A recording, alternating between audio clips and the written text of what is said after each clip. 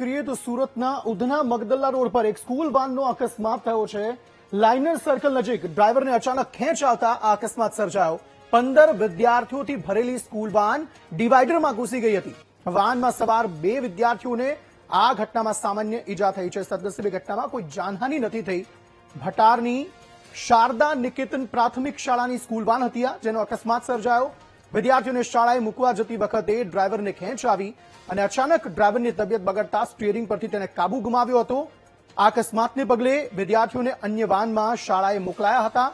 વાલીઓને ઘટનાની જાણ થતા વાલીઓ ચિંતામાં મુકાયા હતા। વાલીઓ પોતાના બાળકોને લેવા સ્થળ પર દોડી ગયા હતા। ડ્રાઈવરને થોડા ચક્કર આવી ગયેલા હતા અને છોકરાઓ વિદ્યાર્થીઓ બી ગભરાઈને રાડો પાડીને શીશાશીશ થઈ છે। 2 વિદ્યાર્થીને વાગ્યું છે। એક વિદ્યાર્થીને થોડીક વધારે ઈજા થઈ છે। બાકી કોઈ વધારે કોઈ પ્રોબ્લેમ જેવું કે કાંઈ તકલીફ જેવું છે નહીં।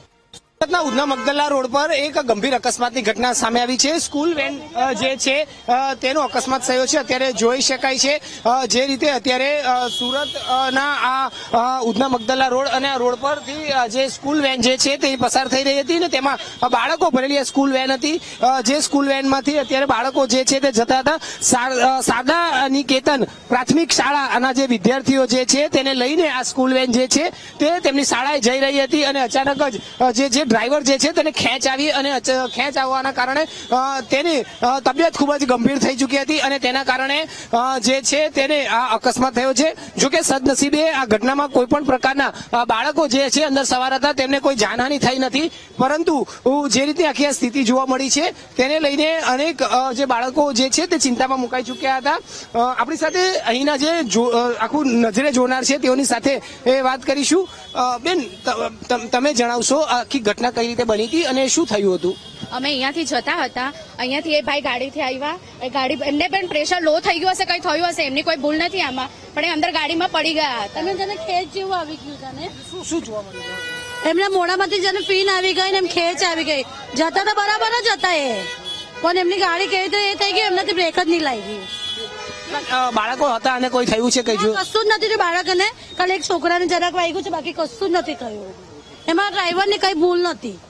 બિલકુલ ભાઈ, જે રીતે અત્યારે જોઈ શકાય છે કે ડ્રાઈવર જે છે તેમને અત્યારે આખી તબિયત અચાનક જ ખરાબ થઈ ચૂકી હતી અને આમાં જે આખું આ જે સ્કૂલ વેન છે, સ્કૂલ વેનની અંદર જે છે તે 10 થી વધુ બાળકો જે છે તે સવાર હતા અને હાલ તે જે એમની અચાનક જ ચાલુ ડ્રાઇવિંગ દરમિયાન તબિયત ખરાબ થઈ જતા જે છે તે સ્ટીયરિંગ પરથી કાબુ ગુમાવ્યો હતો અને ડિવાઈડર જે છે તેમાં આખી ગાડી જે છે તે અંદર ઘૂસી ગઈ હતી।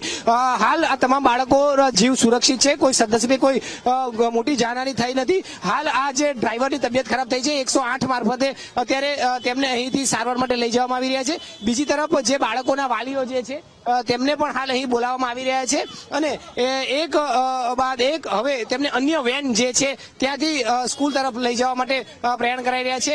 સદનસીબે મોટી દુર્ઘટના જે છે તે બનતા રહી ચૂકી છે। હાલ તો તમામ બાળકો સુરક્ષિત છે અને જે ડ્રાઈવર છે તેને 108 મારફતે સારવાર માટે લઈ જવામાં આવી રહ્યા છે। કેમેરામેન દેવેશ સોલંકી સાથે ધ્રુવ સોમપુરા, વીટીવી ન્યૂઝ, સુરત।